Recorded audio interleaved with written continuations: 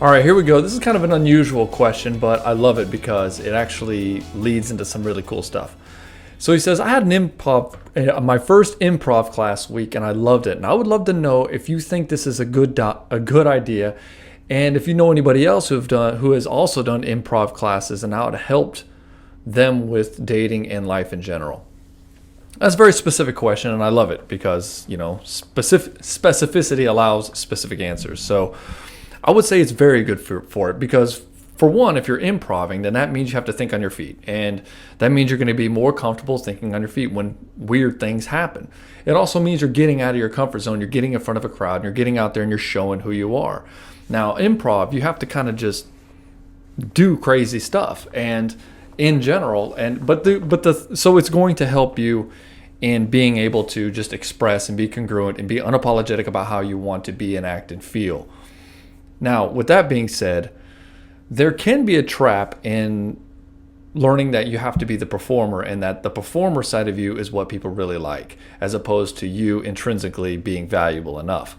And so what you're going to want to do is you'll want to take some of that improv stuff that you're doing and integrate it in with your normal personality. And so you'll be like, I like that. People really responded well to that. That's just going to be part of who I am now. And people think that personalities are kind of stuck, but they're not. They're incredibly malleable. You can start to like things just because somebody else liked it. You can start changing the way you behave. You can change body language. You can change the tonality of your voice. You can change the kind of vocabulary you use. But you're not necessarily going to change a lot of your intrinsic likes. But you can change belief systems. You can change a lot of things that influence your personality.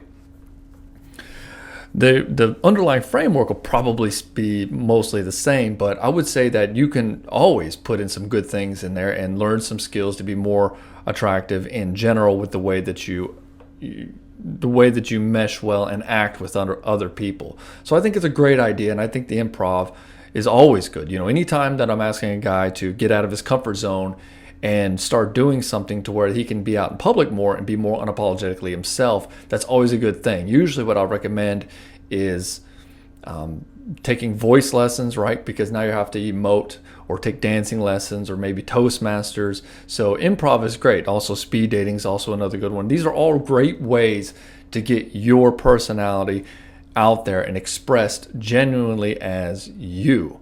So an improv class is a great way of doing that because it doesn't give you a lot of chance to think about it. You just have to do something quickly because the time's almost up.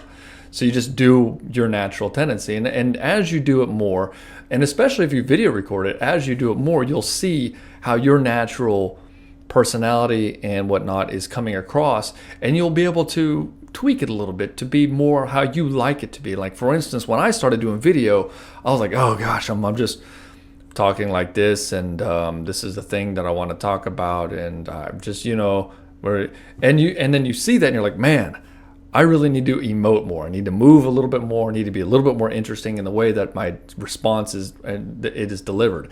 And in the beginning, it was very tiring, but then over time, I integrated it with who I am. So then when I'm talking and I'm explaining something, then I can be that way normally. And now when I do my YouTube videos, I turn it up a little bit, and it does become a little bit of a character, but you can tell that character isn't so far removed from me, from these videos. And that's the whole point, because I'm not putting the character on now, I'm just talking. But you can see that it's an integrated thing. Like, it's not so different or divorced from reality. It's just an extension of that. And so doing improv allows you to do that. You can, and I've talked to guys like that before, like they'll have other things that they're doing, like they're an actor or radio personality or something like that. It's like, use that other thing. It doesn't have to be a separate entity. Use it and integrate it with who you are. And the video is also great because you can look and say, oh, well, there's this action in this way that I like about myself, and I think I want to do more of that. But then I do this one weird tick, or I do this one weird thing, and I don't like that.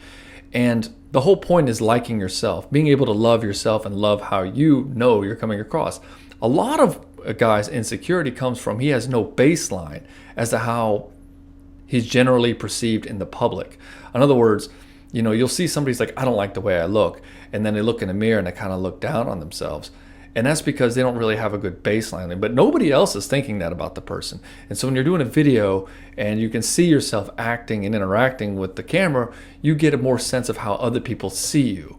It's different than just a mirror. And that's also why we don't like hearing ourselves like on a voice recording or whatever, because we don't want to face the reality of what reality might be. But once you get that baseline down, all right, I'm getting way into stuff in the coaching program. Anyways, I should stop right there. Not that I don't want you guys to know it, but I'm getting off topic for this thing here. And anyways, hit me up with your question. Anybody else have questions on this, and I'll be happy to answer them.